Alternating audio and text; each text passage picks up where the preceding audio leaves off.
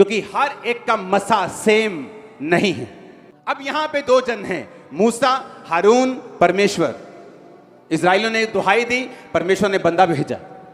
आज भी जब आप प्रेयर्स करते हैं, आज भी जब लोग प्रार्थना करते हैं, परमेश्वर मुझे छुड़ा, मुझे चंगा कर, परमेश्वर आपको अनॉइंटेड जगहों की ओर पॉइंट करता है।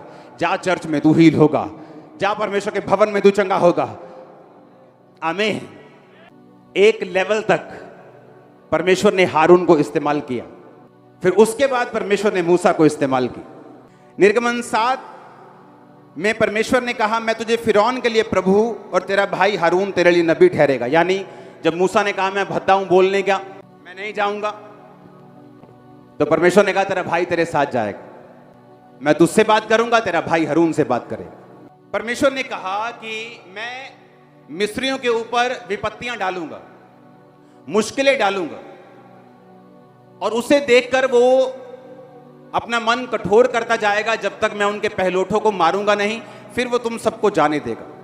यहोवा ने मूसा और हारून से कहा, जब फिरौन तुमसे कहे अपने प्रमाण का चमत्कार दिखाओ, तब तू हारून से कहना अपनी लाठी लेकर फिरौन के सामने डाल कि वो अजगर बन जाए।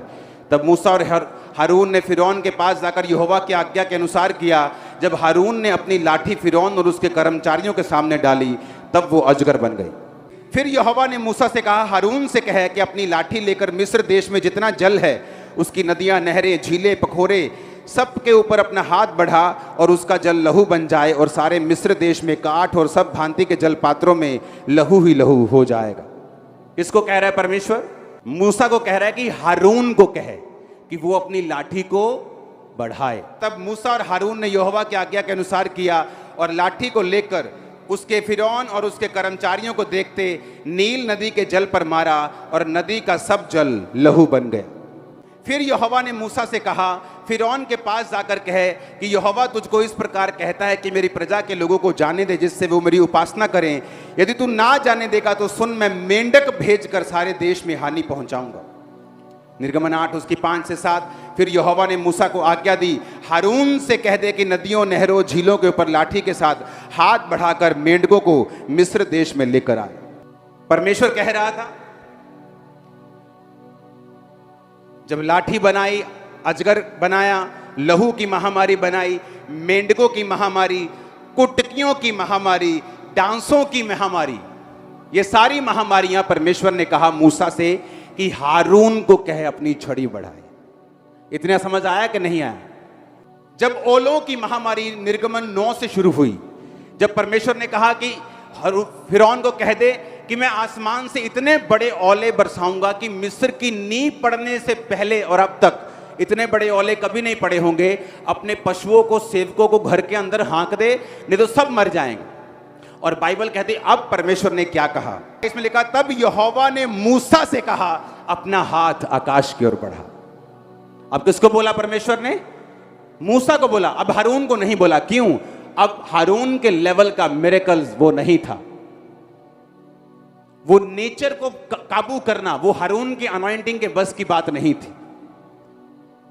अब ये मूसा के बस के बात थी। जब तक हारून के बस की थी तब परमेश्वर हारून को इस्तेमाल करता रहा, लेकिन अब जब नेचर पे बात, नेचर के ऊपर बहुत कम लोगों का कंट्रोल होता है। जीसस क्राइस्ट का था, पतरस का कई कई जगह आप देखेंगे, कई प्रेरितों का नहीं था, मूसा का था, हारून का नहीं था।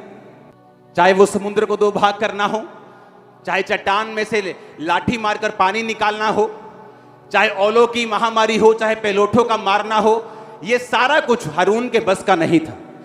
इवन तक कि जो शैतान के चेले थे वो भी एक लेवल तक चमत्कार कर रहे थे। उनकी लाठी भी अजगर बन गई, उन्होंने भी जल को लहू बना दिया। लेकिन एक समय आया कि मेंढकों का या और भी जो मिरेकल्स आगे आगे होते गए, वो कुछ कर पाए और कुछ नहीं कर पाए, उन्हें सिर्फ हारून कर पाया।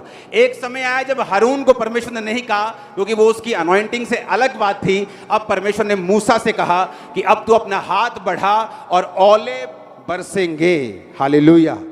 टिड्डियों की महामारी, ओलों की महामारी, पहलोठों के मरने की महामारी, ये सब परमेश्वर ने मूसा से बात की।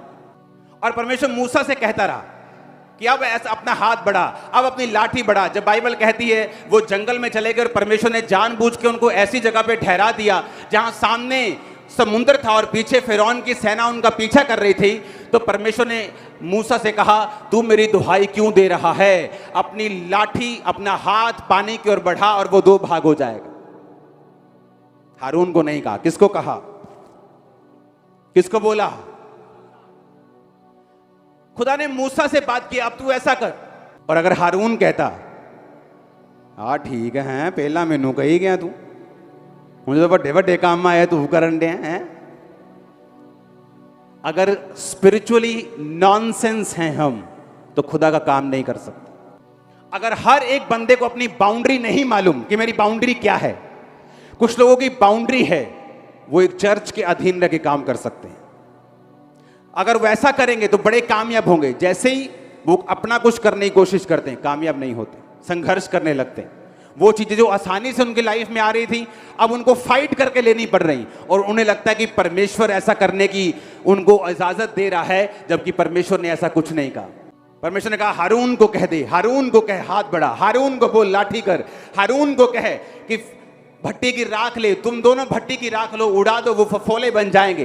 तुम मेंढकों पर अपना हाथ बढ़ाओ, हारून को बोलो, मेंढक आ जाएंगे। लेकिन एक समय आया, परमेश्वर ने कहा, हारून को नहीं, अब मैं तुमसे कहता हूं, अपना हाथ आकाश की ओर बढ़ा। और बाइबल कहती, ओले बरसे, ओलों के साथ आग गिरी, इतने बड़े बड़े ओले बरसे कि सब लोग मर गए जो बाहर थे, और लोगों ने परमेश्वर का भय माना।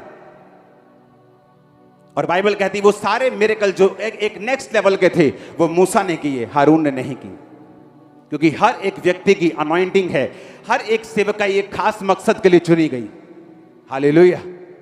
वो अनॉइंटिंग जो मूसा के पास थी, वो हारून के पास नहीं थी। वो मसा जो यूहन्ना के पास था, उसका अपना था, लेकिन जो जीसस क्राइस्ट के पास था, यूहन्ना को मालूम था, इसलिए उसने कहा था, वो मुझसे बड़ा है, मैं उसकी जूती का बांध खोलने के योग्य भी नहीं हूं। जाओ और उसको फॉलो करो, जाओ और उसका पीछा करो, क्योंकि वो तुम्हें पवित्र आत्मा और आग से बपतिस्मा देगा। मैं तो पानी से दे रहा हूं, लेकिन वो होली स्पिरिट के साथ और फायर के साथ देगा। आज जब आप ये वचन सुन लेंगे, आप डिलीवरेंस के लिए तैयार होंगे, और होली गोस्ट के बपतिस्मे के साथ और आग के बपतिस्मे के साथ आप वापिस आएंगे इन जीसस नेम। आमीन। जितना ऊंचा ये ब्लेसिंग उतनी बड़ी है। हालेलुया।